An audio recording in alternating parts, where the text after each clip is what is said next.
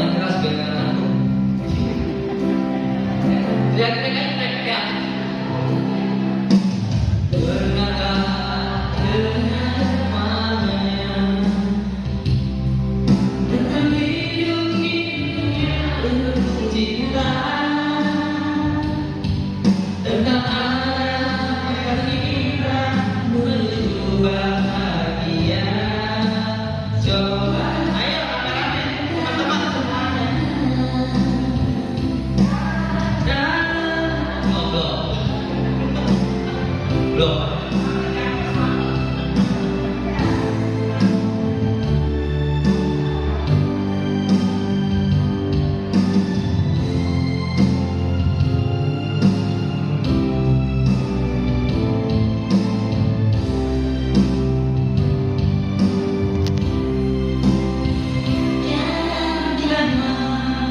Kita bersaudara, hidup penuh cinta. Sama-sama kita mengarungi dunia fana, menuju pantai bahagia.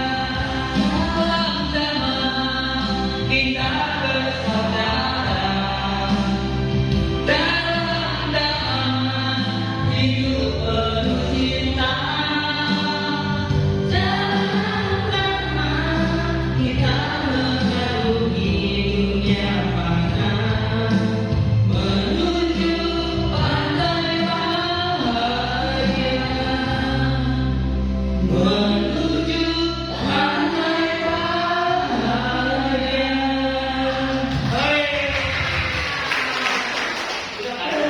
Sudah ya, sih satu lagu ya. Kita selanjutnya kita menangkan Damai Desana. Ya, selanjutnya mari kita mendengarkan Damai Desana dan akan dibawakan oleh Ramani Meka Dewi. Untuk waktu dan selanjutnya kami persilakan Ramani.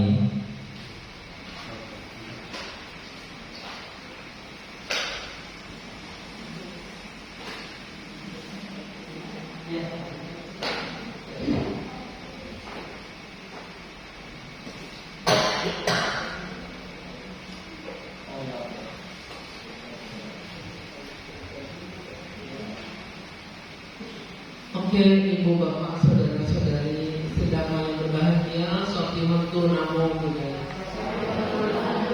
Pertama-tama kita mengagungkan Sang Bhagawa. Namo tassa bhagavato arahato sama sambuddhassa. Namo tassa bhagavato arahato sama sambuddhassa. Namo tassa bhagavato arahato sama sambuddhassa.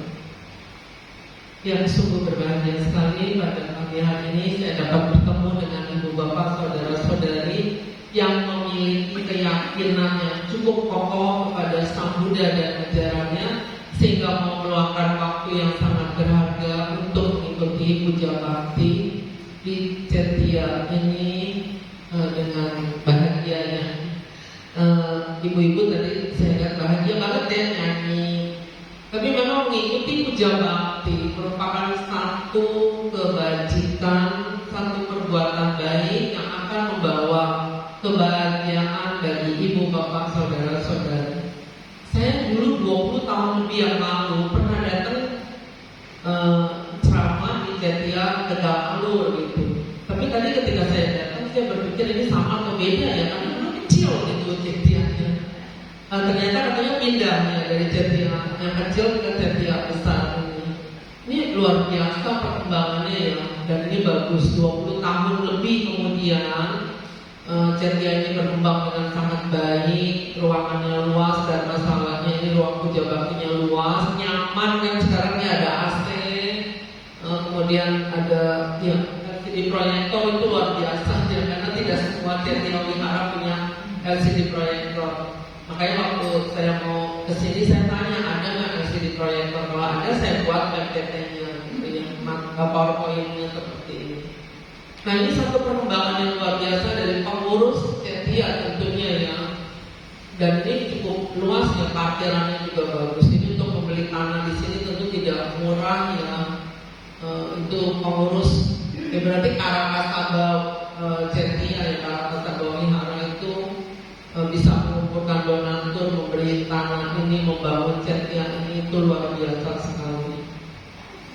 Nah, pada kesempatan ini materi yang akan saya sampaikan makna Waisak dalam kehidupan sehari-hari, karena sekarang kan dalam suasana Waisak ya, kita baru saja memperingati hari Trisuci Waisak 12 Mei yang lalu. Ini saya sampaikan biodata saya, tapi mungkin bukan untuk sombong ya, tapi biasanya saya memperkenalkan diri dulu. Memang sang budaya kata memiliki pengetahuan dan keterampilan itulah berkah utama. Jadi ibu bapak, jadi terutama yang generasi muda Buddhis yang harus terus menuntut ilmu setinggi mungkin gitu. Karena pendidikan dapat mengubah kehidupan seseorang menjadi lebih baik. Dulu papa saya bilang, papa gak bisa mewariskan harta benda yang banyak pada tapi papa mewariskan pendidikan. Papa ingin anak-anaknya semua sekolah tinggi gitu ya. Makanya dulu saya sekolah, ketika lulus SMA, ya karena saya ingin mencari Buddha Dhamma itu. Jadi saya mempelajari Buddha Dhamma di waktu itu Akademi Buddhis Ananda. Pada tahun 80 saya lulus SMA, tapi pada saat yang sama saya kuliah di Fakultas Hukum gitu. Karena papa saya ingin saya mengerti hukum gitu. Kalau kita mengerti hukum kan kita nggak akan dibohongin orang katanya. Tapi ternyata saya kurang berminat bekerja di bidang hukum. Jadi akhirnya saya ya karena waktu masih mahasiswa sudah menjadi guru agama Buddha. Jadi akhirnya saya ya terus berlanjut sebagai guru agama Buddha dan dosen agama Buddha. Nah saya ya kalau berkecimpung di bidang pendidikan, makanya harus kuliah gitu kan. Sekarang guru SD aja harus S1, kemudian dosen harus S2 minimal, dan kemudian karena saya dapat beasiswa juga dari Nalanda untuk kuliah S3, akhirnya saya ambil juga gitu. Karena sekarang dosen juga harus S3 ya, banyak dituntut harus doktor gitu ya. Kemudian saya juga aktif di organisasi Buddhis di Magga Budi. Tapi dulu saya sebenarnya nggak mau jadi pengurus, nggak mau jadi berkecimpung di organisasi Buddhis. Tapi ketika Wihara Pluit Dhamma Sukha berdiri, didirikan oleh Bapak Siwi Honoris, nah saya diminta jadi ketua pertama. Walaupun waktu itu saya tidak mau gitu, tapi saya dimotivasi oleh mendiang Bapak Pameris Womo. Beliau bilang, "You harus terima sebagai ketua wihara, karena kalau tidak nanti pasti dia honoris konglomerat dari develop waktu itu bisa kecewa. Nanti kalau dia pindah agama, nanti dananya ke agama lain gitu. Kan kalau dia tetap beragama Buddha, dia bisa membantu kegiatan umat Buddha, kan membantu wihara-wihara di Indonesia gitu. Dan akhirnya saya terima untuk 1 periode 3 tahun gitu. Tapi sekarang Wihara Pluit Dhamma Sukha juga setelah dipegang oleh Bapak Medianto Prawiro Maju Pusat ya. Dan kemudian saya juga aktif di organisasi Magga Budi, karena waktu saya kuliah Romo Ratna Surya Widya memotivasi saya untuk aktif di organisasi Budi supaya lebih bisa berperan aktif gitu. Nah, jadi saya masuk Magga Budi, Majelis Agama Buddha Theravada Indonesia.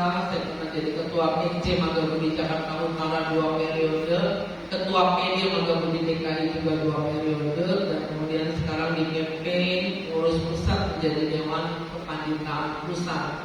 Jadi yang mau wawancara calon Pandita Magga Budi atau kalau kenaikan jenjang gitu ya, saya bersama dengan 4 teman saya. Tapi saya selalu bertanya tentang dhammanya gitu. Saya bidang dhammanya, teman-teman saya ada bagian lain gitu. Nah, jadi pada kesempatan ini karena berkaitan dengan hari Trisuci Waisak, jadi saya mengambil topik Waisak. Mungkin kita bosan ya. Kalau anak sekolah tuh dari SD, TK, SD, SMP, SMA pasti diajarkan tentang Waisak. Waisak memperingati 3 peristiwa penting. Umumnya semua orang ingat gitu. Tapi kita hendaknya tidak hanya ingat, tapi kita benar-benar bisa hayati dan mempraktekkan ajaran Buddha di dalam kehidupan kita sehari-hari. Nah ini kita lihat 3 peristiwa penting umumnya sudah ingat ya. Hari kelahiran Pangeran Siddhartha, kemudian betapa Gotama mencapai Bodhi, lalu Sang Buddha mangkat. 3 peristiwa itu terjadi pada hari dan bulan yang sama, tetapi pada tahun yang berbeda. Nah kita harus memperkokoh keyakinan kita terus-menerus kepada Buddha dan ajaran. Kita bangga beragama Buddha, harusnya bangga ya. Kita bersyukur bahwa kita berkat kekuatan karma baik kita di kehidupan lalu, kita bisa lahir jadi manusia dengan anggota tubuh yang lengkap, kemudian kita bisa mengenal Buddha Dhamma. Itu juga satu karma baik yang luar biasa. Kalau kita awalnya di keluarga kita, di orang tua kita beragama Buddha, kemudian kita pindah agama, memang tidak dilarang gitu. Tapi berarti karma baik kita untuk mengenal agama Buddha sudah habis sampai di situ. Nah, sayang banget gitu kalau kita sudah beragama Buddha, kemudian meninggalkan ajaran Buddha untuk menganut ajaran lain, walaupun itu tidak dilarang. Setiap orang punya kebebasan gitu. Tapi kalau kita bisa terus beragama Buddha, berarti karma baik kita luar biasa. Nah makanya saya salut ya dengan ibu bapak saudara-saudari yang terus beragama Buddha. Nah kita dari tahun ke tahun memperingati Trisuci Waisak, hendaknya juga keyakinan kita kepada Buddha semakin kokoh. Nah kita harus terus memperkokoh keyakinan kita kepada Buddha dan ajarannya. Kalau saya bertanya, apakah Sang Buddha masih bisa berbuat salah? Jawabannya apa? Tidak mungkin. Tidak. Ya. Tapi ketika saya mewawancara calon pandita, itu jawab bisa, karena Sang Buddha juga manusia. Ya. Saya kaget gitu ya. Kalau menjadi pandita, pengetahuan dhamanya masih kurang, repot, nanti dia mengajarkan dhamma yang salah. Ya kan, kalau mengajarkan dhamma yang salah itu satu karma buruk dulu. Niata, menjadi kama itu bisa menyebabkan kelahiran di alam neraka gitu. Nah jadi kita harus memiliki pengertian yang benar tentang Sang Buddha dan ajarannya. Kita harus mengerti siapa itu Sang Buddha, apa kelebihan Sang Buddha dibandingkan manusia lain. Saya waktu kecil juga memang orang tua saya Buddha tradisi. Saya beragama Buddha, tapi saya nggak gitu ngerti kenapa sih kita harus namaskara, bersujud-sujud ada ya dulu saya anggapkan itu patung gitu ya. Nah, tapi saya tidak diam, saya terus mencari apa kelebihan Sang Buddha dibandingkan manusia lain. Siapa itu Sang Buddha? Nah, akhirnya timbullah keyakinan yang kokoh dalam diri saya terhadap Sang Buddha. Sang Buddha itu kita manusia, Sang Buddha juga manusia, tapi Sang Buddha kita manusia biasa, Sang Buddha manusia luar biasa yang pernah lahir di dunia ini, pernah berjuang mencari dan menemukan dhamma dan kemudian membabarkannya kepada kita semua. Ketika pertapa Gotama berhasil mencapai Bodhi di bawah pohon Bodhi di hutan Gaya, pada saat itu semua kilesanya lenyap, semua sifat buruk Sang Buddha lenyap, lomba, keserakahan, dosa, kebencian, moha, kegagalan Sang Buddha lenyap. Tapi kalau kita kan masih punya ya, apa di antara ibu bapak saudara-saudari ada yang sudah tidak punya kilesa lagi? Nah, mungkin ya kita pasti masih punya ya. Pokoknya kita dikritik orang marah. Iya, kadang kita dikritik ya. Padahal itu kritik yang benar gitu, bersifat membangun gitu. Tapi kadang kita tidak bisa terima. Tapi memang saya ingat Biksu di Gunasasana yang sekarang di tiang bendera itu yang mendirikan panti asuhan Buddhis, juga panti jompo Buddhis. Beliau pernah mengatakan kritik bagaimanapun lembutnya tidak enak didengar di telinga. Benar kan? Kita gak enak kan mendengar kritik orang. Orang bilang, oh kamu kok cerewet, oh kamu harusnya jangan ngomong begitu gitu. Nah kita kan kadang tersinggung gitu. Tapi harusnya kita tidak mudah tersinggung kalau mendengar kritik yang bersifat membangun. Karena kritik yang membangun itu bisa membawa kemajuan bagi kita gitu. Nah, Sang Buddha penuh cinta kasih. Sang Buddha tidak pernah marah, tidak pernah benci. benci pada orang-orang yang mencoba berkali-kali mencelakakan beliau, seperti Biku Dewadatta. Sang Buddha tidak pernah marah ketika difitnah oleh Jinca Manawika yang berpura-pura hamil, menuduh Sang Buddha yang menghamilinya. Sang Buddha tidak pernah marah karena Sang Buddha tahu hukum karma itu pasti adil. Jadi kalau orang berbuat jahat pada Sang Buddha, ya nanti Kamanyama yang akan memberikan akibat buruk bagi si pelakunya. Jadi Sang Buddha nggak mau balas gitu kan? Karena Sang Buddha sudah tidak punya kilesa lagi. Tapi kalau kita kan masih punya kilesa ya, karena kita dikritik orang, difitnah orang, marah. Terus maunya kita lupa-lupain dia biar ketabrak mobil gitu kan. Tapi iya, itu sumpahin orang gak baik ya, karena kita sumpahin orang kita berbuat karma buruk. Dan kalau orang itu tidak ada karma buruknya yang berbuat, kita sumpahin juga gak akan kena gitu. Dulu saya terkesan dengan kalimat yang indah dalam karanya Metta Sutta. Tadi ibu bapak saudara-saudara itu bacakan ya. Jangan karena marah atau benci mengharap orang lain mendapat celaka. Benar kan? Biasanya kalau kita lagi kesel kan kita pakai nyumpain dia gitu. Tapi kan sebenarnya nggak boleh gitu. Nah, kita harus berusaha lebih sabar menghadapi hidup dan kehidupan ini. Terus ya bisa terima kenyataan. Kalau orang mengkritik kita, sikap kita yang paling baik itu apa? Memberikan maaf. Memberikan maaf itu termasuk melakukan abaya dana. Jadi dana bukan hanya dana uang. Kalau dana uang materi itu kan bisa dana. Dana nasihat itu dhamma dana. Kemudian memberikan maaf juga termasuk dana itu, yaitu apa? Abaya dana. Jadi kalau orang berbuat salah pada kita ya kita berikan maaf aja. Terus dulu pernah ada satu ibu marah, enak banget kita beri maaf, dia enak banget tuh udah bersalah gitu. Oh ibu bukan enak ya. Sekarang kita memberikan maaf, kita berbuat baik. Tapi orang yang berbuat salah pada kita, dia akan memetik buah karma buruknya. Cuma bukan kita yang balas, tapi Kamanyama nanti yang mengatur, yang memberikan akibat buruk bagi si pelakunya. Hukum karma itu pasti adil. Tidak ada perbuatan baik yang sia-sia, tidak ada perbuatan jahat yang tidak memberikan akibat buruk bagi si pelakunya. Pasti semuanya hukum karma itu adil. Nah, maka jangan berpandangan, kok saya berbuat baik, saya suka berbuat baik, tapi kok hidup saya masih susah terus. Jangan berpikiran seperti itu. Terus kita lihat orang berbuat jahat, kok enak banget ya hidupnya masih bahagia. Hukum karma kayak gak adil gitu.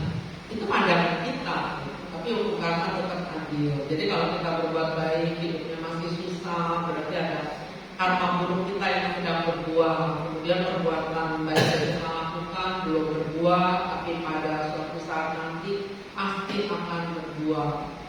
Nah, jadi orang tua itu nggak boleh kesel gitu kalau anak-anaknya nakal, bandel, apalagi sumpahin anak, itu nggak boleh ya bapak itu ya. Karena anak itu kan buah hati ya.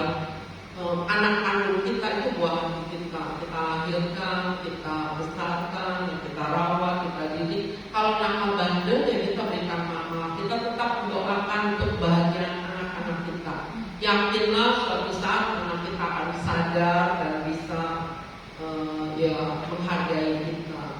Tapi memang kita sebagai orang tua yang tidak patut menuntut anak-anak berbakti pada kita, yang harus budi kita. Tapi kalau kita sebagai anak, kita harus tahu berterima kasih kepada orang tua kita. Berkampanye kata Wendy, karena tanpa orang tua kita tidak mungkin bisa hidup. Kita bayangkan ketika masih bayi ya, memegang botol susu untuk minum susu saja tidak sanggup, apalagi untuk bertahan hidup. Jadi karena cinta kasih, pengorbanan, didikan, bimbingan yang baik dari mama dan papa, maka kita tumbuh jadi manusia dewasa yang baik seperti sekarang ini. Makanya berbahagialah Anda jika Anda masih mempunyai orang tua, karena orang tua merupakan ladang yang subur bagi anak-anak untuk menanam kebajikan. Bahagiakanlah orang tua kita, senangkanlah hati orang tua kita. Itu yang paling baik gitu. Tapi saya pernah loh ke satu wihara, terus setelah puja bakti itu selesai di wihara Mahayana. Terus kan ada makan malam, makan sore bersama gitu. Itu habis pemberkatan pengantin juga kayak di situ. Nah terus ada itu tuh anak ngambilin makanan buat mamanya, tapi itu yang keras-keras, goreng-gorengan gitu ya. Terus mamanya suruh makan gitu. Ada sih yang maksudnya yang melayani mamanya itu. Terus dia udah makan selesai, mamanya belum ngomel-ngomel gitu. Mak, cepetan makan, Mak. Kita udah mau pulang, ayo cepetan makan. Begini susah banget sih. Gigit lagi cepetan. Dia nggak tahu kan gigi orang tua itu kan pernah agak susah kan dia.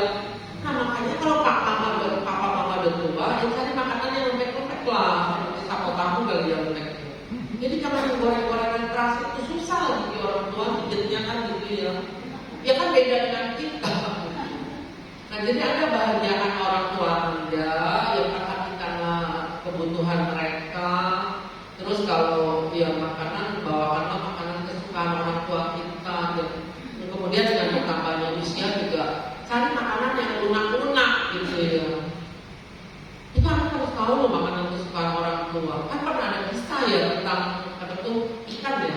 Jadi dulu ada seorang ibu, ketika anak-anaknya masih kecil, keadaan ekonomi kan sulit ya. Jadi ibu itu beli 1 ekor ikan, dia masak, dia potong-potong dagingnya, dia kasih anak-anak, mamanya makan kepala ikan gitu ya. Seminggu sekali lah mereka makan ikan gitu. Kalau biasa makan sayur-sayuran, nah seminggu sekali mamanya beli ikan, 1 ekor ikan, dia potong-potong dagingnya, dia kasih anak, mamanya makan kepala ikan. Terus sambil dia berjuang menyekolahkan anak-anaknya sampai lulus kuliah, kerja, terus anak-anaknya berumah tangga. Nah terus suatu ketika mamanya ke rumah anak-anaknya tuh, mamanya kan ingin ya lihat anak-anaknya gitu ya, datang ke rumah anaknya, anak pertamanya. Terus anaknya gembira banget, ayo ma kita makan gitu. Terus anaknya semua makannya enak, mamanya dikasih kepala ikan gitu. Terus mamanya kaget, ini makanan buat mamanya nah? Iya, kan itu makanan kesukaan mama. Waktu kecil saya lihat mama suka makan kepala ikan. Terus akhirnya mamanya bilang, aduh nah, maaf ya nak, mama bukan suka kepala ikan, tapi mama terpaksa makan kepala ikan. Karena pada saat itu keadaan ekonomi kita sulit, mama hanya bisa membeli 1 ekor ikan, dagingnya mama kasih pada kalian, semua mama makan kepala ikan. Itu bukan mama suka, tapi mama terpaksa makan kepala ikan. Ya nanti kaget, udah kira mamanya suka kepala ikan. Oh iya mak, kalau gitu ganti lah ganti. Nah itu kadang anak-anak salah lihat ya, dia lihat dia salah mencerah gitu, dia kira mamanya suka kepala ikan, padahal bukan. Nah makanya anak-anak harus ngerti gitu makanan kesukaan papa mamanya apa gitu. Oke, nah itu dengan memperingati Hari Trisuci Waisak, maka kita hendaknya kembali merenungkan sifat-sifat baku dari Sang Hyang, dan kemudian kita berusaha memperkokoh keyakinan kita kepada Buddha dan ajarannya, berusaha mempraktekkan Dhamma secara lebih serius lagi di dalam kehidupan kita sehari-hari. Memang Dhamma ada 3 bagian, Pariyati Dhamma, belajar teori Dhamma seperti ibu bapak saudara-saudari datang ke wihara mendengarkan ceramah, nah itu kan berarti belajar teori Dhamma. Tapi apa yang sudah kita pelajari jangan hanya masuk ke pikiran keluar kanan ya, tapi kita harus hayati dan praktekkan Dhamma itu di dalam kehidupan kita sehari-hari supaya kita bisa bahagia. Oke? Nah kita tahu hari Trisuci Waisak. Hari Suci Waisak ini dirayakan oleh umat Buddha dengan berbagai cara. Katanya di sini minggu depan ya. Ya boleh. Pokoknya dalam waktu 1 bulan kita masih boleh merayakan hari Trisuci Waisak. Jadi tapi pada saat detik Waisak kemarin ada baktian ya. Tapi terlalu malam sih ya tahun ini ya. Biasanya nggak malam banget. Itu jatuhnya jam 23:59. Nah itu kan udah 1 menit lagi udah besoknya ya. Iya itu kali ini terlalu malam gitu. Memang nggak semua Tirtha Wihara mengadakan. Tapi kalau pun ada yang mengadakan, mereka ada tuh seperti wihara Theravada Buddha Sasana yang di Kelapa Gading. Tapi ketua yayasannya Bapak Wiryawan bilang sama saya, Bu, kita yang prosesinya pakai ibu-ibu. Karena kalau anak-anak pasti udah ngantuk banget gitu ya. Kan ada prosesi puja gitu, jadi pakai ibu-ibu. Ya nggak apa-apa berarti. Kan ibu-ibu jadi bangga juga kan bisa ikut prosesi puja kan bawa bunga dupa. Karena biasanya anak kecil gitu, anak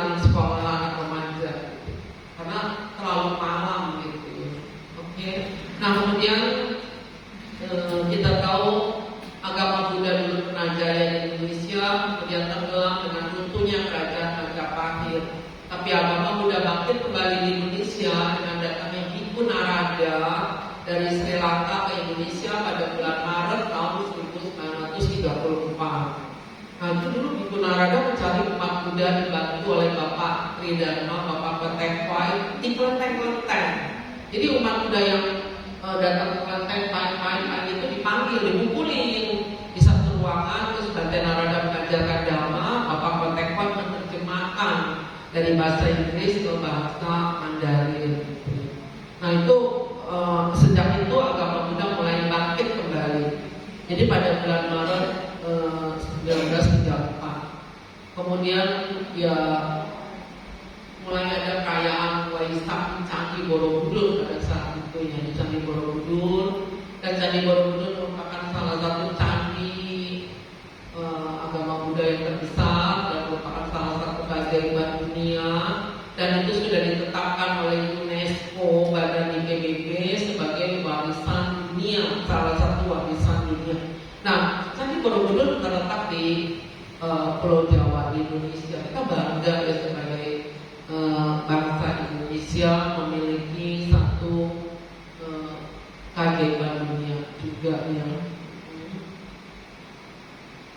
Nah kemudian kita tahu dalam menyambut Trisuci Waisak, umat Buddha dan umat Buddha baik para bhikkhu pambajita, para bhikkhu Samanera atas silangit atau garawasa seperti kita umat rumah tangga itu pasti mengadakan berbagai kegiatan dalam rangka menyambut hari Trisuci Waisak seperti di STI Sangga Theravada Indonesia memang beberapa tahun yang lalu, mungkin 12 tahun itu disepakati itu ada SPD sebulan pendalaman Dhamma.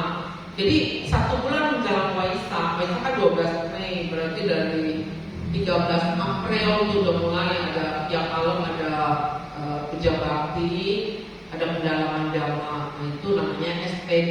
Itu selama sebulan pendalaman Dhamma. Kalau wihara-wihara besar memang bisa tiap malam gitu. Tapi kalau wihara kecil ya paling seminggu sekali atau seminggu 2 kali gitu ya. Nah itu ada di sini ada waktu itu. Tapi mungkin di sini jaraknya jauh-jauh kali ya. Jadi ya nggak apa-apa. Yang penting tiap minggu ada puja bakti itu udah bagus ya. Nah kemudian juga ada pelatihan meditasi, kemudian ada menjalankan atas sila ya kalau bagi rumah tangga. Nah saya sejak ada SPD saya mengajar di Nalanda. Saya selalu menugaskan mahasiswa saya minimal menjalankan atas sila 3 hari gitu. Nah itu saya bilang gini, kalau umat Islam sebulan menjelang Idul Fitri mereka kan puasa ya di bulan Ramadan gitu.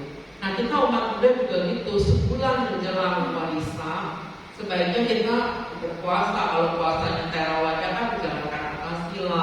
Kalau mau vegetarian seperti di Mahayana juga boleh 1 bulan jatna itu vegetarian, berpatah makan daging. Nah itu bagus banget gitu. Kalau bisa 1 bulan, kalau tidak bisa 3 minggu, nggak bisa 3 minggu 2 minggu, nggak bisa 2 minggu seminggu, nggak bisa seminggu minimal 3 hari. Kalau nggak bisa 3 hari atas sila itu kebangetan gitu. Ya kita biasakan lah menjelang Waisak atas sila. Itu atas sila bagus banget loh, itu ajaran dari Sang Buddha. Dan tidak pernah ada orang yang meninggal karena menjalankan atas sila. Jadi kita nggak usah takut atas sila. Bu, kalau saya sakit mah gimana? Justru dengan atas sila sakit mah kadang bisa sembuh. Karena gini, kita biasa kerjakan makan tidak teratur ya, kadang lewat gitu karena tugas akuni gitu ya. Tapi pada saat kita atas sila itu kan makannya teratur. Jam 7 pagi udah makan, jam 11 siang udah makan. Nah itu tidak makan lagi sampai besok pagi, tapi kan sore boleh minum kalau lapar gitu ya. Kita minum yang manis-manis seperti minum madu, sirup, wedang jahe atau itu bisa. Minum yang manis-manis itu bisa menetralisir lambung kita sehingga tidak asam. Nah itu bagus ya. Dan di STI memang minggu-minggu kan Wikala Bojana Weramani bermantap makan setelah pukul 12 setelah tengah hari. Jadi kan boleh 2 kali kan. Tapi ada biku kayak Damar Subo ya, yang pernah jadi ketua Sahabat Relawan Indonesia dulu sesudah ganti Jokowi sebelum ganti Subapaya. Nah beliau makan sehari sekali, pagi tidak makan hanya siang. Terus beliau cerita, beliau pernah ke satu daerah, nah ternyata yang jemputnya salah, Dia tunggu di satu tempat jam 11 kurang gitu, jadi kan mau dijemput sama umat tuh gitu. Ternyata umat yang dijemputnya gak datang sampai udah jam 1 siang gitu. Nah akhirnya waktu makannya udah lewat kan. Terus ibu bagian tersebut tidak makan lagi sampai besok pagi. Dia hanya minum air doang. Tapi kuat ya nanti. Luar biasa. Nah jadi kita ini semuanya udah pernah tersilah kan ya, topik kita. Nah itu bagus kalau belum pernah nanti praktekkan ya, atau meditasi itu bagus banget ya. Tapi kalau nggak kuat ya jangan dipaksa ya. Itu kebebasan, kita bebas. Tapi kalau kita bisa menjalankan Antasila itu bagus. Karena Sang Buddha pernah mengatakan barang siapa yang mempraktekkan dhamma, maka dhamma itu akan melindungi orang yang melaksanakannya. Orang yang melaksanakan sila lebih banyak akan dianggap lebih dahulu sampai merealisasi nibbana. Jadi kalau misalnya ini jalan lurus nih, misalnya contoh nibbana di atas, contoh ini nibbana hampir di atas ini. Kita dari bawah akan jalan. Kalau para biku kan silanya lebih banyak kan 227 sila. Berarti biku jalannya lurus gitu.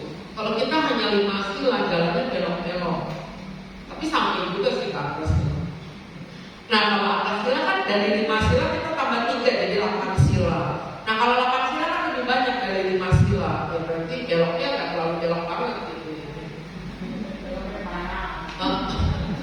Nah jadi kalau simple, jadi kalau kita mau bertekad menjalankan atas sila, terutama pada orang bilang kayak Capo gitu ya, pada hari Uposatha tanggal 1 penanggalan lunar atau pada tanggal 15 itu bagus banget. Nah jadi kita pagi-pagi kalau di Mandari itu ada tuh pagi-pagi ambil sila, jum tuh pakai jum gitu ya. Itu jalan sila 1 hari full, nah sampai besok paginya lagi. Tapi kalau nggak kuat ya nggak apa-apa ya. Yang penting ada Pancasila Buddhis juga bisa taati dengan baik, jalan dengan baik aja itu sudah bagus ya. Oke. Nah kemudian kita tahu yang para itu para cita ya, mereka meninggalkan kehidupan rumah tangga untuk menjalani kehidupan suci. Nah mereka hidupnya ditunjang oleh umat. Nah mereka punya tradisi pindah patah berjalan membawa mangkok dari satu tempat ke tempat lain dengan tujuan untuk memberikan kesempatan kepada orang untuk berdana. Itu pindah patah di tradisi para biku. Kemudian kita juga sebaiknya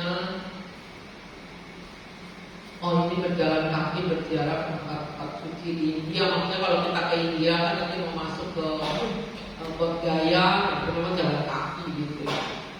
Nah itu kalau kita bisa ikut Dharma Yatra ke India tempat-tempat suci. Kemudian melaksanakan samajivita, hidup dalam batas-batas kemampuan. Kita tahu sekarang kan keadaan ekonomi Indonesia sudah sulit ya. Nah kita bersyukur kalau kita masih bisa makan sehari 3 kali, masih punya pekerjaan tetap, masih punya mata pencaharian. Nah tapi kita harus rajin menabung gitu. Kita tidak boleh lebih besar pasar daripada tiang, hanya lebih besar pengeluaran daripada pemasukan. Itu yang tidak boleh. Sang Buddha mengajarkan kita untuk sama jivita, menempuh cara hidup yang sesuai gitu, seimbang. Jadi yang hidup tidak lebih dari batas pengeluaran kita tidak lebih besar dari pemasukan. Jadi hidup dalam batas-batas kemampuan. Jadi kalau penghasilan kita segitu, bisa kita bekerja, penghasilan kita misalnya 4 juta. Nah Sang Buddha malah memberi petunjuk untuk mengatur ekonomi keluarga bisa minimal 1/4 itu ditabung. Jadi kalau penghasilan kita 4 juta, minimal 1 juta bisa ditabung. Lumayan kalau 1 juta setahun 12 juta. Nah kalau kita bisa nabung begitu bagus. Jadi kita keluarkan biaya hidup tuh 3/4 aja gitu. Nah itu yang paling baik. Nah jadi kita sekarang juga membeli hanya yang dibutuhkan, bukan yang diinginkan. Kita ingin, tapi itu bukan kebutuhan pokok. Lebih baik jangan dibeli gitu. Karena sekarang kalau kita beli barang-barang banyak juga di rumah numpuk gitu ya, buat apa? Kita beli makanan juga makanan yang kita suka. Jangan makan tidak dihabiskan terus dibuang-buang, itu nggak baik ya. Kemarin ada bahasa 3 hari ya di sekolah dan masukin di Prima. Itu saya lihat ya, ada orang beli makanan, baru makan sedikit, babi goreng, baru makan sedikit dibuang. Itu kan sayang banget ya, masih panas loh. Itu murid saya bilang, Bu, ini yang bantu di kokor itu, ini masih panas loh Bu. Sayang kan dibuang gitu. Kalau nggak mau ya jangan beli lah ya.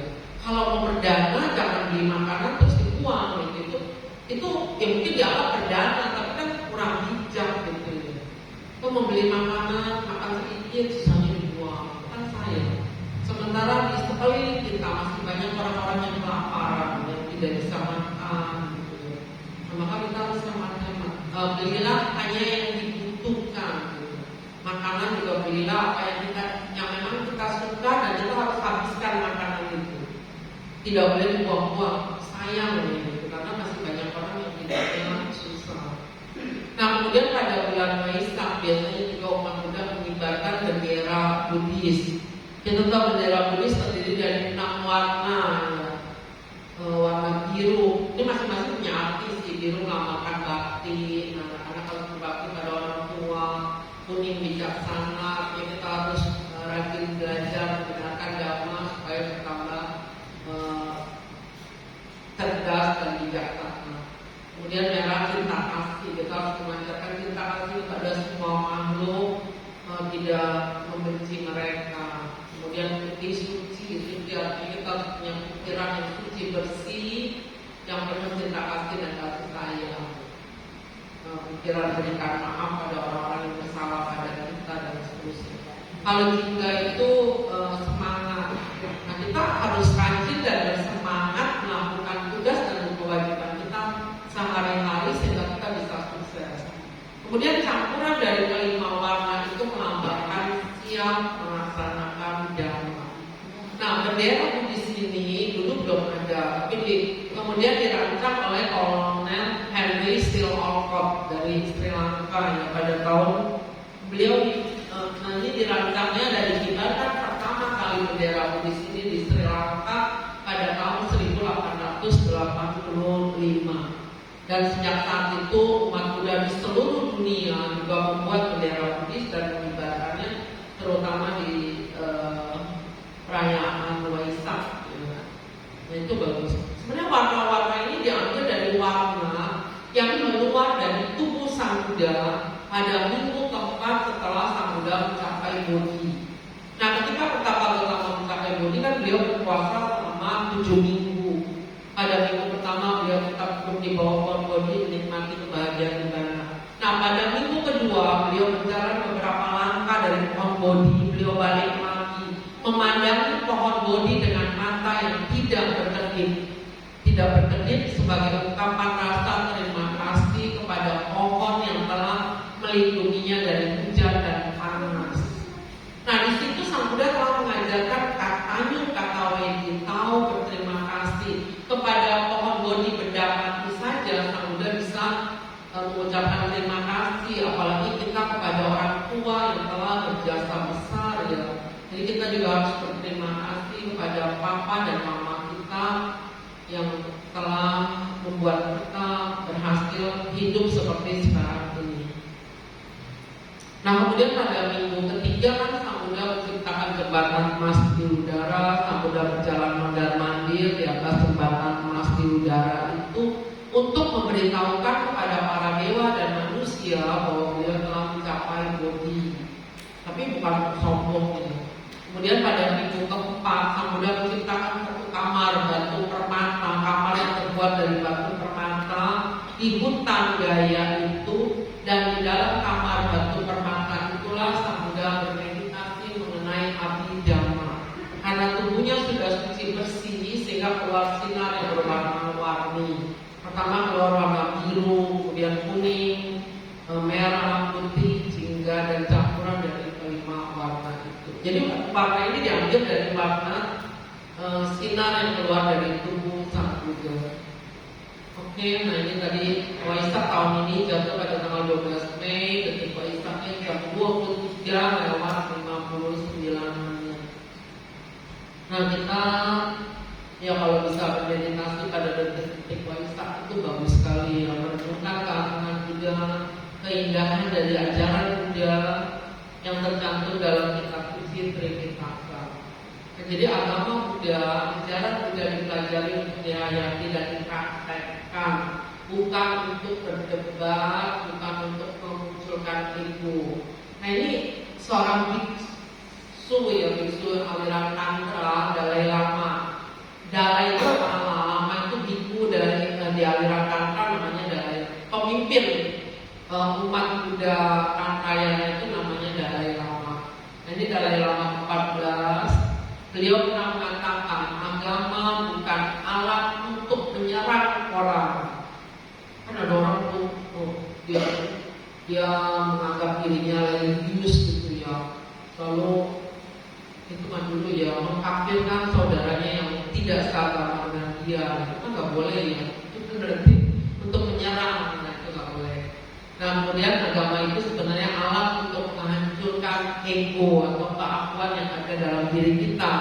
Nah, jadi kita belajar agama Buddha untuk menghancurkan kilesa-kilesa kita, sifat-sifat buruk yang ada dalam diri kita. Nah itu yang paling benar ini. Cuma banyak manusia untuk belajar agama Buddha untuk berdebat kesalahan. Nah kita belajar agama Buddha dari mana? Dari kitab suci Tripitaka ya. Kitab suci Tripitaka itu harus kita pelajari, kita hayati dan kita praktekkan.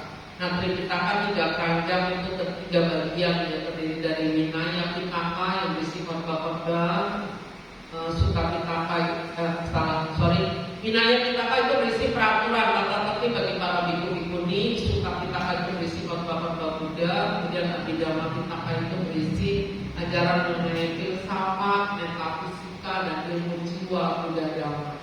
Nah kita tahu intisari ajaran Sang Buddha, mungkin udah pernah dengar ya dari pelajaran dari SD, SMP, SMA. Intisari ajaran Sang Buddha kan terdiri dari 3 baris kalimat yang tercantum dalam kitab suci Dhammapada bab 14 syair 183, yaitu apa? Sabda Papa Sakarangan, janganlah berbuat jahat. Itu ringkasan dari Vinaya Pitaka. Vinaya Pitaka kan berisi peraturan tata tertib bagi para biku-bikuni, juga sila-sila bagi umat rumah tangga. Nah seperti Pancasila Buddhis itu tercantum dalam Vinaya Pitaka kan intinya betul menghindari membunuh, menghindari mencuri, menghindari berzina, menghindari berdusta, menghindari mabuk-mabukan. Nah itu kan intinya menghindari kejahatan kan. Sabda Papa Sakarangan, janganlah berbuat jahat. Kenapa? Karena perbuatan jahat akan memperpanjang penderitaan kita. Kita semua kan sudah bosan hidup menderita kan? Kita semua ingin hidup bahagia. Karena itu hentikanlah perbuatan jahat agar penderitaan kita tidak bertambah panjang. Nah kemudian Kusalasa Upasampada, tambahlah kebaikan, itu ringkasan dari Sutta Pitaka, khotbah-khotbah Buddha. Seperti misalnya Pasigalawada Sutta yang berisi kewajiban anak-anak harus berbakti kepada orang tua harus mendidik anaknya dengan benar gitu. Nah itu kan intinya berbuatlah baik kan. Orang tua mengajak anak-anaknya ke sekolah Buddhis gitu, ketika anak sudah bisa berjalan. Nah itu kan intinya supaya anak menerima ajaran baik, kan pasti dibiarkan diajarkan yang baik-baik kan? Dan nanti bisa dilaksanakan. Nah itu kan intinya berbuatlah baik. Nah orang tua mendidik anak-anaknya dengan penuh cinta kasih sayang, itu juga orang tua berbuat baik. Sesama saudara saling hidup rukun gitu ya, tidak bertengkar, tidak berebutkan warisan dan lain-lain. Nah itu kan intinya berbuatlah baik gitu ya. Kemudian Abhidhamma Pitaka itu intinya tentang membersihkan pikiran, Sancita Pariodapana, sucikan pikiran. Nah Abhidhamma kan mempelajari tentang pikiran itu. Pikiran merupakan pelopor dari segala sesuatu. Kalau pikiran kita baik, maka ucapan dan perbuatan kita juga baik.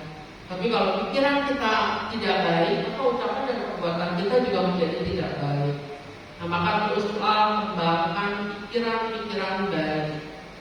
jadi kalau misalnya kita lihat dari kejauhan, wah itu musuh saya datang. Waduh, udah kesel tuh kalau lihat musuh kan, lihat orang yang kita gak suka.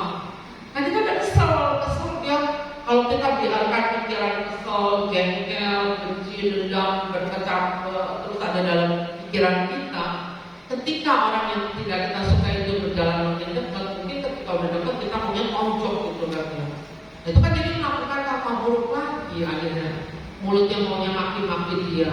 Nah jadi dari pikiran itu bisa ke ucapan dan perbuatan badan jasmani. Nah maka pikiran kita harus baik. Misalnya kita melihat itu nih, nah, nanti kan mau Waisak minggu depan dia ganti nama Karo atau nih. Wah kita seneng banget itu lihat banteng. Pikiran kita kan baik. Kata kita banteng. Ketika kita berjalan makin dekat kita mau banteng, nah sikap tangan kita bisa anjali banteng, nama budaya. Itu kan berarti kita melakukan perbuatan dari pikiran yang baik ke ucapan, kita mengucapkan kata-kata yang baik, melakukan perbuatan dengan tangan kita juga baik, sikap menjadi. Nah itu yang harus kita kembangkan. Terus pikiran kita harus kita latih dengan meditasi seperti tadi ya. Dengan meditasi kita mengisi pikiran kita dengan hal yang baik.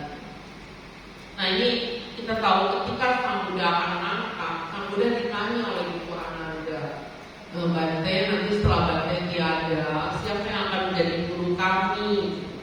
Sang Buddha tidak menunjuk seorang pun, tapi Sang Buddha mengatakan Dhamma dan Vinaya yang kuajarkan kepada kalian itulah yang akan menjadi guru kalian setelah aku tiada. Karena Sang Buddha jadi kalau Sang Buddha kan sudah arahat ya. Waktu itu Sang Buddha mencari pengganti dia, misalnya Biku Sariputra juga arahat, bagus, tapi dari zaman Sang Buddha sampai sekarang sudah 2500 tahun lebih yang lampau. Nah kalau pengganti Sang Buddha makin lama makin belum mencapai kesucian, pasti makin bisa berbuat salah kan. Nah kalau berbuat salah nanti kan nggak patut jadi contoh. Nah makanya Sang Buddha katakan pelajarilah Dhamma, hayati dan praktekkan, itulah yang akan menjadi guru kita setelah Sang Buddha tiada. Nah jadi ibu bapak saudara-saudari harus terus mengikuti puja bakti, apalagi kalau di Kiai ini ada penceramah terus kan bagus ya. Dengarkan Dhamma, hayati dan praktekkan. Nah jalan untuk melenyapkan duka yaitu Arya Sanita Magga. Jalan beliau unsur 8, yang jalannya unsurnya ada 8, jalannya hanya 1, tapi mempunyai 8 unsur dan bisa diringkas menjadi 3, yaitu apa? Sila, samadhi dan panya. Nah ini yang pertama kan jalan beliau unsur 8, tapi ibu bapak gak usah pusing dengan istilah itu.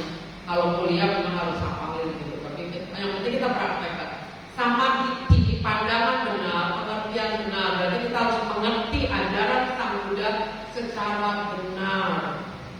Bahwa Sang Buddha bukan juru selamat, bahwa Sang Buddha bukan tempat kita menggantungkan harapan, memohon sesuatu. Sang Buddha adalah penunjuk jalan. Sang Buddha telah menunjukkan satu jalan kepada kita, dan jalan itulah yang harus kita pelajari, kita praktekkan sehingga bisa membawa kita ke arah kebebasan diri dari duka. Itu sama dikit. Kemudian yang kedua sama tangkapa, pikiran benar. Pikiran kita harus suci bersih, penuh cinta kasih dan kasih sayang. Yang ketiga sama waca, ucapan benar. Kita harus selalu berkata benar. Jangan berdusta. Hindarilah berdusta, hindarilah memfitnah, hindarilah bicara kasar, terutama terhadap orang tua ya. Anak tidak boleh bicara kasar pada orang tua, itu tidak baik ya. Mungkin anak itu bilang, dulu saya waktu kecil gak ngomel-ngomel dengan papa mama, sekarang setelah saya besar saya balas dendam. Ya nggak boleh lah. Kita kalau tidak nakal, tidak mungkin orang tua kita memarahi kita. Jadi kalau kita dimarahi oleh orang tua, itu karena orang tua sayang pada kita, mendidik kita supaya jadi manusia yang baik, yang benar.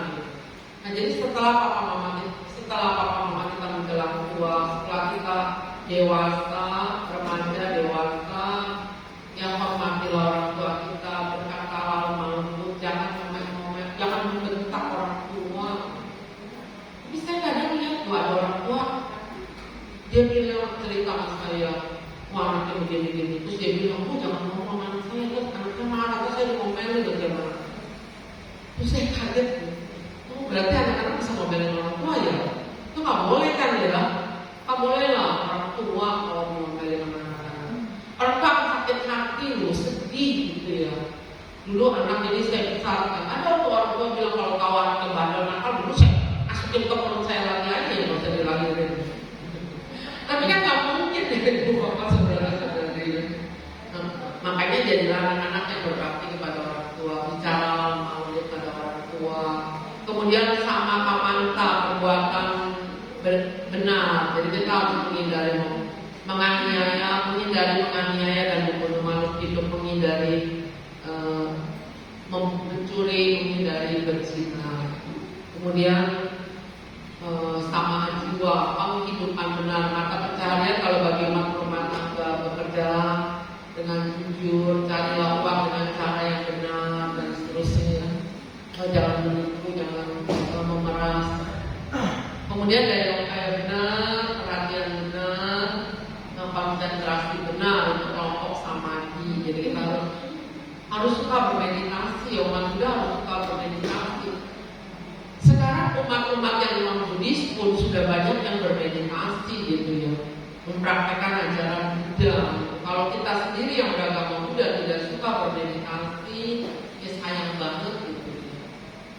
Oke, nah kita sebagai umat Buddha ya tadi melaksanakan Arya Pamita Magga Jalan Mulia Beritu 8 itu harus kita praktekkan dalam kehidupan kita sehari-hari agar kita bisa hidup tenang dan berbahagia, dan pada suatu saat nanti kita bisa terbebas dari penderitaan. Nah ini ada pesan dari Bante Panyawaru bagus banget ya. Jadi masyarakat kita sekarang membutuhkan keteladanan. Nah saya juga selalu berpesan kepada orang tua wajib mendidik anak-anaknya. Tapi didikan, bimbingan tidak cukup hanya berupa nasihat, kata-kata yang keluar dari mulut kita saja, tapi juga perlu ditunjukkan dalam sikap, tingkah laku yang baik dari orang tua kepada anak-anaknya. Jadi kalau kita sebagai orang tua tidak ingin anak kita berkata kasar, kita juga sebaiknya tidak berkata kasar di depan anak-anak. Kita biasa berkata kasar kalau sudah marah ya. Kalau sudah marah tuh kadang-kadang nama-nama hewan kebun binatang kita sebut-sebut gitu ya.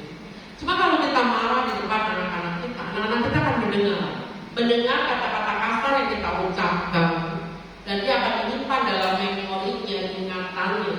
Dan suatu ketika anak kita akan kembali mengucapkan kata-kata kasar yang pernah kita ucapkan itu, mungkin di hadapan bapak ibu gurunya, teman-temannya. Nah, itu kan tentu tidak baik ya. Jadi kalau kita mau marah jangan di depan anak-anak. Tapi kalau bisa suami istri rukun-rukun aja, jangan marah-marah gitu ya. Kalau ada cinta kasih sayang, kan tidak akan ada kemarahan ya. Karena antara suami istri harus suka saling memaafkan gitu ya. Nah, jadi keteladanan patut diberikan. Ya itu gak hanya orang tua kepada anak-anak, tapi misalnya pengurus wihara pada umatnya juga bisa ya. Kadang ada tuh umat lagi punya bakti, pengurusnya di belakang ngobrol gitu. Tapi di sini saya lihat juga ya pengurus berdengar ngobrol bagus ya.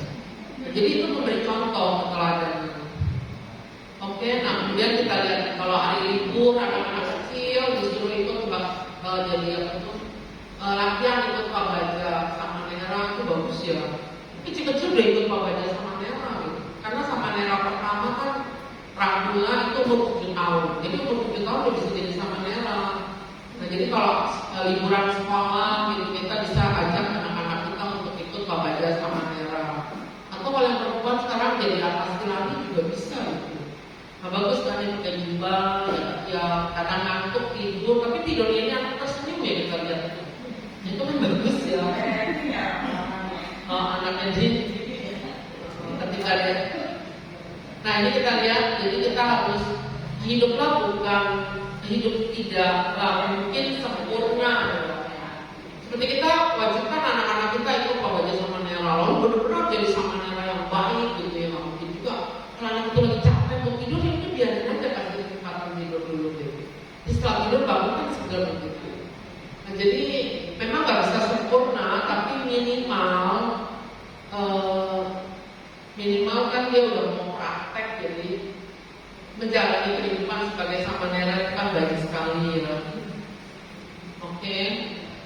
kemudian Waisak menjalankan Natasila. Kalau di Mahayana berpantang makan daging, vegetarian itu bagus juga. Oke, mengembangkan cinta kasih dan kasih sayang. Nah ini menjelang Waisak juga biasanya ada kegiatan pindah patah ya bagi para biku. Seperti kemarin kan pindah patah 4 Mei ya, yang di Kemayoran sana ya. Nah itu pindah patah nasional ya. Nah itu pindah patah juga bagus. Ya sebenarnya juga bagi panitia salah satu cara mencari dana. Tapi juga itu makanya dulu kan banyak barang-barang gitu. Entah dipisah-pisahin lagi, susah gitu ya. Terus dibagi-bagi sih ke wihara-wihara gitu. Termasuk juga waktu itu tahun lalu ada mahasiswa Nalanda itu dapat beras dan macam-macam gitu ya.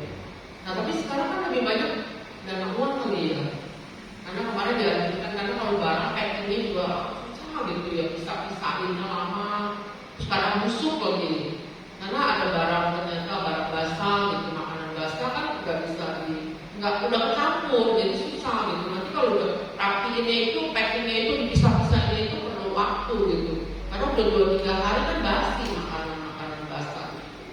Maka lebih baik ya barang-barangnya. Karena uang itu lebih bisa bermanfaat disalurkan lebih baik. Nah karena kebutuhan pokok biku memang ada berupa juga makanan, tempat tinggal, obat-obatan. Bisa tuh biasanya di amplop ada tulisan tuh untuk biku satu macaya yang lengkap kebutuhan biku. Kita mengikuti. Nah ini juga program dari Sangga Theravada Indonesia, Pak Baja, Upa Sampada. Dulu Pak Baja sama Nera doang, tapi beberapa tahun lalu sejak 2017 ya Baca Sukemo Mahanera beserta biku-biku lainnya tuh di dalam Sangga Theravada Indonesia setuju diadakan Pak Baja Upa Sampada. Jadi Pak Bajanya itu pagi Pak Baja nih jadi Samanera penghabisan sebagai Samanera.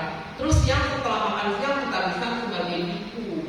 Itu bagus juga menjalankan kalau Samanera kan menjalankan dasar sila dan 75 sila sekia. Tapi kalau jadi biku kan menjalankan Patimokkha sila 227 sila. Nah ini brosur saya ambil waktu liburan lebaran para anggota Magabudi menjalani kehidupan mengikuti Pak Baja Upa Sampada di Wihara Girirapana Gunung Sindur. Nah itu di bawah panitianya ketuanya Bante Dhammajato. Itu Bante yang luar biasa ya. Nah ini kemudian pada hari kan 2 minggu, hari Minggu lepas hari Jumat kan mereka diajak jalan-jalan ke wihara-wihara di Jakarta. Nah ini waktu mereka berkunjung ke wihara Jakarta dan Cakajaya, Sutra Podomoro, mereka foto ada Bante Sombat, Bante Sukemo dan Bante Dhamma Suko. Juga biku-biku lain yang ada di dalam Jakarta itu. Nah ini kegiatan salah satu pelatihan biku yaitu melakukan pindah patah, Tapi benar-benar waktu itu kita hanya dana nasi putih ya, benar ya dana nasi putih. Lauknya itu langsung didanakan. Waktu pindah patah itu cuma nasi putih doang, 1 sendok. Kalau yang makanannya itu langsung ke ruang makan. Nah ini juga ada pelatihan Samanera kecil. Nah itu kan bagus ya nanti kecil dan liburan sekolah mau menjalani kehidupan sebagai Samanera. Jadi anak-anak kecil udah bawa bol, mangkok gitu ya. Cuma kan anak kecil kita takut jatuh, maka digantung di leher ada talinya. Pakai talinya gitu ya. Supaya nggak jatuh bolnya mangkoknya. Iya boleh cucu-cucuin kalau punya cucu mau suruh ikutin. Iya. Nah kemudian ini pindah patah, jadi orang-orang bule aja mau berdana pada biku kan, cewek-cewek itu, nah bagus berarti dia mengerti ajaran Buddha juga, yang mempraktekkan ajaran Buddha. Nah biku-biku pun juga banyak sekarang orang-orang bule jadi biku seperti ini. Nah ini Bante dan banyak umat ini pindah patah seperti ini. Oke, itu makna Waisak. Jadi saya harapkan di saat menjelang Waisak itu kita menjalankan sila bagus. Kemudian sekarang setelah Waisak juga dalam waktu 1 bulan kita tetap merenungkan keagungan Buddha, Dhamma dan Sangha, kemudian kita berusaha memperkokoh keyakinan kita pada Sang Buddha. Buddha sarana gacchami, aku berlindung pada Buddha. Artinya apa? Aku memilih Sang Buddha sebagai guru dan teladanku. Guru kita itu Sang Buddha yang maha sempurna, kemudian teladan, orang yang patut kita contoh sikap tingkah lakunya, karena sikap tingkah laku Sang Buddha sudah sempurna, pasti baik, karena Sang Buddha telah mencapai tingkat kesucian yang tinggi, yaitu arahat, yang telah berhasil membasmi semua kilesanya, semua sifat-sifat buruknya, sehingga Sang Buddha tidak mungkin lagi bisa berbuat salah. Makanya patut kita contoh sikap tingkah laku Sang Buddha yang baik itu. Mungkin demikian. Ada yang ingin ditanyakan, silakan Ibu Bapak Saudara-saudari. Mungkin 1-2 pertanyaan masih bisa ya. Ya, silakan Bu. Oke. Tadi cuma bilang saksian main ke Borobudur itu apa orang Muslim bisa selalu karena jadi terharu itu sebagai umat Buddha. Orang Islam harus mereka umat Muslimnya datang ke Borobudur. dia pada menyaksikan lampion gitu di dalam ruang itu termasuk. Oke. Tapi memang bagus. Ya memang saya lihat ya sejak Gus Dur jadi presiden pada tahun 2019 ya, Gus Dur itu juga tokoh agama, temannya Bagaimana Nyawaro Mangera. Nah ketika Gus Dur jadi presiden dia mulai mencanangkan kegiatan lintas agama gitu ya. Karena sebelumnya kan nggak ada lintas agama, jadi tokoh-tokoh berbagai agama diminta kumpul, diskusi gitu ya. Dan saya salut ketika perayaan Waisak pertama waktu Gus Dur jadi presiden di Jakarta Hilton Convention Center di situ. Nah itu tokoh-tokoh berbagai agama tampil kemudian memberikan ucapan selamat. Jadi dari tokoh misalnya Islam, Kristen, Katolik, Hindu, Buddha mengucapkan selamat kepada umat Buddha Indonesia.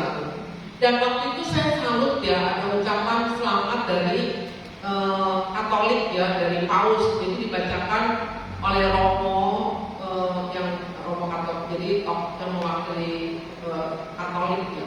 Nah itu beliau bacakan surat dari Paus di Vatikan Roma sana. Dan Paus itu bilang gini, kami mengucapkan selamat Waisak kepada umat Buddha Indonesia. Kami bangga dengan agama Buddha. Karena apa? Karena di dalam agama Buddha diajarkan bagaimana cara menghargai kehidupan setiap makhluk bagaimanapun kecilnya. Nah itu yang dipuji oleh Paus waktu itu. Sekarang ini, karena kata Weramani menghindari membunuh. Semua agama pasti mengajarkan untuk menghindari membunuh kan ya. Tapi di agama-agama lain diajarkan untuk menghindari membunuh terhadap manusia saja. Tapi kalau di agama Buddha diajarkan bagaimana cara menghindari membunuh terhadap semua makhluk.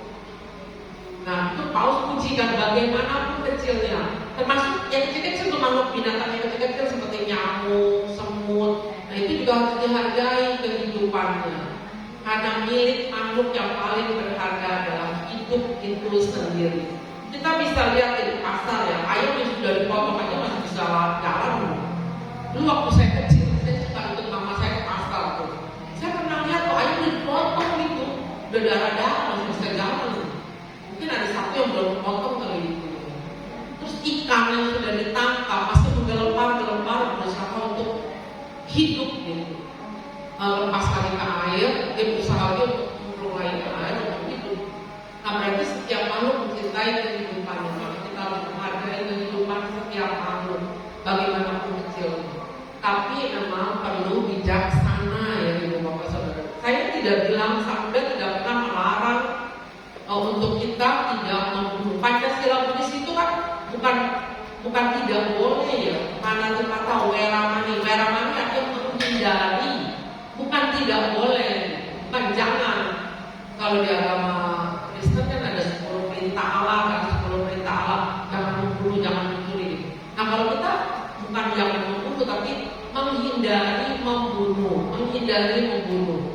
Kita berusaha menyayangi semua makhluk, mencintai semua makhluk, jadi berusaha menghindari membunuh. Karena apa? Karena bisa saja makhluk yang kita bunuh itu adalah orang-orang yang mempunyai hubungan dekat dengan kita, ada kehidupan yang akal. Mungkin nggak? Mungkin. Misalnya nyamuk yang kita keplok, syukur mati loh. Katanya itu dulu mama kita di kehidupan akal. Bisa nggak? Bisa. Karena pernah ada satu kejadian nyata di zaman Sang Buddha dulu. Jadi dulu ada seorang ibu yang sedang hamil. Nah, ketika dia hamil, dia memelihara seekor ayam dan seekor anjing di rumahnya. Nah, sampai kandungan itu dari sebulan, 2 bulan, 3 bulan sampai 9 bulan, 10 hari, tiba waktunya ibu itu melahirkan seorang bayi laki-laki. Nah, ibu itu begitu gembira, begitu bahagia sekali dengan kehadiran sang bayinya itu. Nah, terus sehari, 2 hari, seminggu, 2 minggu, tenaga ibu itu udah mulai pulih. Terus dia mulai potong ayam peliharaannya dia. Nah, jadi pagi-pagi dia tidurin bayinya di kamar bayi itu. Kemudian dia ambil ayam peliharaannya, dia potong. Terus dia masak dengan jahe, arak dan lain-lain. Dia masak ayam arak gitu ya. Nah, terus setelah matang dia ambil, dia taruh di meja makan. Ini misalnya meja makan, ayam araknya taruh di sini, dia duduk. Dan zaman dulu itu pintu rumah banyak kan terbuka, jadi dia nggak terkunci gitu dan maling jarang datang gitu. Karena zaman dulu ya moral manusia lumayan dia bagus, mencuri-mencuri. Jadi pintu rumah terbuka nggak apa-apa. Nah, jadi pintu rumah dibuka, ibu ini duduk di sini, dia makan ayam araknya. Terus mungkin karena wangi ayam arak itu, anjing peliharaannya datang menggonggong gitu. Terus anjing itu ingin minta, tapi ibu itu pikir lagi kalau daging ayam ini saya bagi ke anjing itu, jatah makan saya berkurang gitu. Dia nggak mau. Ibu itu begitu pikir gitu, dia nggak mau bagi. Nah, terus ibu itu lanjutin makan. Tapi anjing itu kan nggak dikasih gonggong lagi gitu. Akhirnya bayinya yang tertidur terbangun karena dengar suara gongongan anjing. Nah, terus akhirnya ibu itu pergi ke kamar bayinya, diambil bayinya, dia gendong lagi sambil lanjutin makan. Terus dia lihat di depan rumah tiba-tiba lewatnya seorang biku yang sedang pindah kata. Ibu itu lihat, ibu ini minta-minta lagi. Nah, kalau saya bagi jatah makan saya berkurang, kan nggak mau. Dia pura-pura aja kali ya, dia lanjutin makan. Anjingnya gonggong lagi kan dia makan. Akhirnya ibu itu kesel, dia bangun, dia tendang anjing itu. Dilihat oleh ibu itu. Terus dia duduk lagi lanjutin makan. Terus dia lihat, bikunya tuh gak jalan-jalan gitu. Akhirnya ibu itu kesel. Dia sambil gendong bayinya, dia bangun, dia mendekati pintu itu, menemui biku, terus dia berkata kasar sama biku. Sebenarnya gak boleh ya, ini kita gak boleh tiru. Nanti ibu itu bilang, Bante, hari ini tidak ada makanan yang saya bisa danakan ke Bante. Bante pergi aja cari makan tempat lain. Nah, biku itu sebenarnya gak boleh ngomong. Dia punya kemampuan batin bisa melihat hubungan yang lalu antara ibu dengan bayi, dengan ayam, dengan anjing yang ada di rumah ibu. Nah, akhirnya ibu itu bilang, Bu, kalau memang tidak ada makanan yang bisa ibu danakan untuk saya hari ini, tidak apa-apa. Tapi ada satu pesan penting yang perlu saya sampaikan kepada ibu, karena saya melihat hubungan yang begitu dekat antara ibu dengan bayi yang sedang ibu gendong, dengan ayam yang ibu potong, dengan anjing yang ibu tendang tadi. Terus hubungan kehidupan lalu, kata ibu itu, saya juga pernah tahu nih apa ya hubungan. Terus dia bilang, Bante, hubungan kami apa? Ayo kita katakan. Terus ibu itu bilang, Bu, sebaiknya ibu menyayangi anjing peliharaan ibu, jangan ibu tendang seperti kami. Ibu panas kesel. Aduh Bante, anjing itu kan anjing saya mau apain terserah saya lah Bante. Bante nggak usah urusin lah. Iya Bu, memang anjing itu anjing peliharaan ibu. Tapi alangkah baiknya kalau ibu menyayangi anjing peliharaan ibu itu, karena saya melihat bahwa anjing peliharaan ibu itu pada kehidupan yang lalu adalah papa ibu. Dia kaget, oh papanya lahir jadi anjing, dia tendang-tendang. Kemudian ayam yang tadi pagi ibu potong, yang sekarang dagingnya sedang ibu makan itu, pada kehidupan yang lalu adalah mama ibu. Dia kaget, mamanya lahir jadi ayam, dia potong lagi dia makan sekarang dagingnya. Nah kemudian bayi yang sedang ibu gendong ini, ibu sayang-sayangi ini pada kehidupan yang lalu adalah musuh ibu. Kaget ya, musuh aku, dia banting nih musuh buat apa dia. Terus ibu tidak kumpul. Tapi sekarang dia sudah jadi putra ibu. Ibu harus sayangi putra ibu dengan sepenuh hati. Sayangi putra ibu, pancarkan cinta kasih terus-menerus kepada putra ibu ini, agar kebencian yang pernah muncul di kehidupan lampau bisa agar kebencian yang pernah muncul di antara ibu dan putra ibu pada kehidupan lampau itu bisa segera berakhir.